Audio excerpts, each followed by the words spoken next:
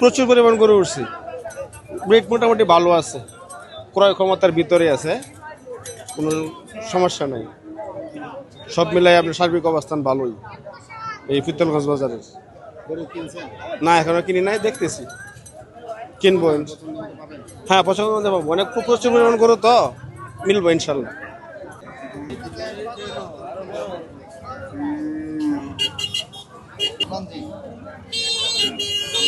আসলে তো গরু বাজার একবারে কম, এই যে কৃষকরা এইবার আসলে লাভবান হবে না, একবারে কম বাজার, লাভবান হবে না। যে গরুর পাশে যে করছো, কে করছো অনুমানে, বুঝছেন, আসলে এই কৃষকরা অনেক মার খাইব।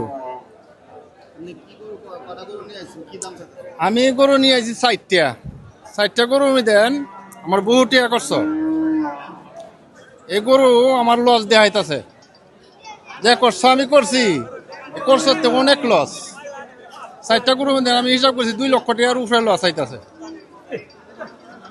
এই যে বর্তমানে এক গরু আর নামাত আছে, এই যে 2 গরু নামাত আছে আরো 2 গরু। এটা আমি মনে করেন 2 মাস মানে রেজার্ভ ঈদের মাঝে কিনছি 1,70,000 টাকা দিয়া, তার পিছে 35,000 টাকা খরচ হয়েছে। এই বর্তমান হনহার যা টাকা পরিমাণ খরচ করছি, এর থেকেও কম দাম হইতেছে। মনে করেন গরু পালা আমরা জন্য মনে করেন খুবই ভয়াবহ হয়ে গেছে। এই 2.5 মাসে এই গরুটার 35,000 টাকা খাবার খাওয়াইছি, ওখান 2-2 নিচে এরকম দাম হইতেছে। আমরা তো টার্গেট মনে করেন 35-40 হইলে বেচে দিলাম, হইলে 2 লক্ষ।